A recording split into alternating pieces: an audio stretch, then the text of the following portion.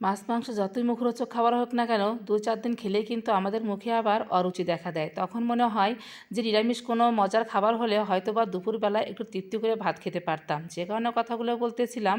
তো যাই হোক, সবটাই তোমাদের সাথে শেয়ার করব। হ্যালো সবাইকে, সবাই কেমন আছো? আশা করি ভালো আছো আর আমিও ভালো আছি। চলে আসলাম তোমাদের কাছে নতুন একটা ব্লগ নিয়ে। আশা করি পুরো ব্লগটা আমার সাথেই থাকবে। তো যাই হোক, এই দেখো সকালবেলা একটুখানি চা বসিয়ে দিয়েছি। তো আজকে সকালটায় এমন হয়েছে একটু ঠান্ডা ঠান্ডাও, আবার তারপরে দেখতেছি এর সাথে হালকা বাতাস, আর বাতাসের জন্য একটু ঠান্ডাটা বেশি হচ্ছিল। তো সকালবেলা উঠে কাজকর্ম তো করতেই হবে, সেগুলো করে ভাবলাম একটু লাল চা করে নেই, কারণ লাল চা খেলে শরীরটা অনেক ফিট থাকে আর শরীরটা একটু হালকা গরম হয়। তো যাই হোক, কথায় কথায় চাটা করে নিয়ে এখন হচ্ছে চাটা থেকে নিচ্ছি আর সবাইকে দিয়ে দিলাম, আর নিজের জন্য একটু চা নিলাম, সাথে 2 পিস হচ্ছে বিস্কিট, 1 পিস পাউরুটি। তো আমি তো সবসময় বিস্কুট পাউরুটি দিয়ে চা ভিজে ভিজে খাই। তো যাই হোক, এর তো খেয়ে নিচ্ছিলাম একদম দাঁড়িয়ে থেকেই। আজকে আর কোনো বসার অপশন নাই, কারণ ঠান্ডা লাগতেছিল, কিন্তু এদিকে কাজকর্ম অনেকগুলো আছে। তো এদিকে চাটা খেয়ে তারপরে আবার ভাবলাম যে একটু ভাত বসিয়ে দেই। তো এদিকে আমি চাল টাল ধুয়ে নিয়ে এতে রাইস কুকারে ভাত বসিয়ে দিলাম। আজকে হচ্ছে একটা কাঁচকলা সিদ্ধ দিলাম, সাথে 2টো আলু সিদ্ধ দিয়ে দিলাম।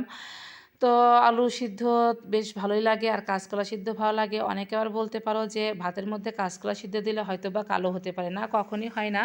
আমরা সচরাচর ভাতেই সিদ্ধ দিয়ে থাকি, আর ভাতের সিদ্ধ খেতে কিন্তু বেশি মজা লাগে। ভাতের মধ্যেকার সিদ্ধ কিন্তু ভিটামিন থাকে অনেক। তো যাই হোক, এদিকে ভাতটা বসিয়ে দিয়ে সবজিগুলো কেটে নিয়ে এখন হচ্ছে রান্নাবান্না করব। তা আজকে হচ্ছে একদম সিম্পল, যাকে বলে সাদা মাটা রান্নাবান্না। এর সাথে আর কোনো কিছুই রান্না করব না। আজকে হচ্ছে হাতে মাখা তরকারি রান্না করব, তবে মাছ ছাড়া, একদম নিরামিষভাবে। কারণ বেশ কয়েকদিন হলে মাছ মাংস খাওয়া হচ্ছে। আজকে ভাবছিলাম একটু ঝাল ঝাল করে মাছ ছাড়া হাতে মাখা তরকারি খাবো।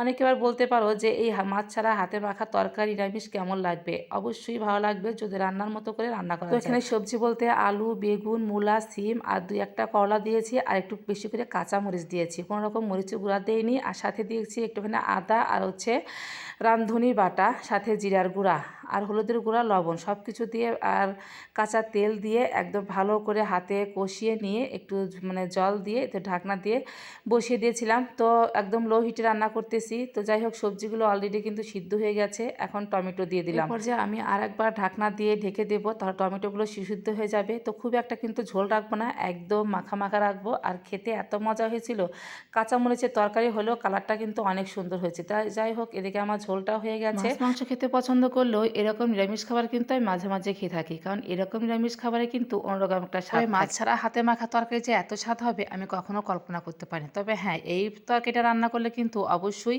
রাঁধুনি বাটা দেবে, আর অবশ্যই ট্রাই করবে, দেখবে কতটা মজা হয়। তো যাই হোক, দুপুরে খাবার দাবার জন্য একটুখানি বাটিতে বেড়ে নিলাম। তো দুপুরে খাবার দাবার শেষ, বিকেলে একটু বাচ্চাদের ফল কেটে দিচ্ছিলাম। দুপুরে খাবার যেহেতু হালকা হয়েছে, ওই জন্য বিকেলে একটু খেজুর বেদানা দিলাম, কারণ খেজুর আর বেদানা কিন্তু অনেক শক্তি যোগায় শরীরে। তো যাই হোক, আজকে ভিডিওটা এই পর্যন্তই। ভিডিওটা ভালো লাগলে অবশ্যই লাইক কমেন্ট শেয়ার পাশে থাকো। দেখা হবে নতুন একটা নেক্সট ব্লগে। টাটা।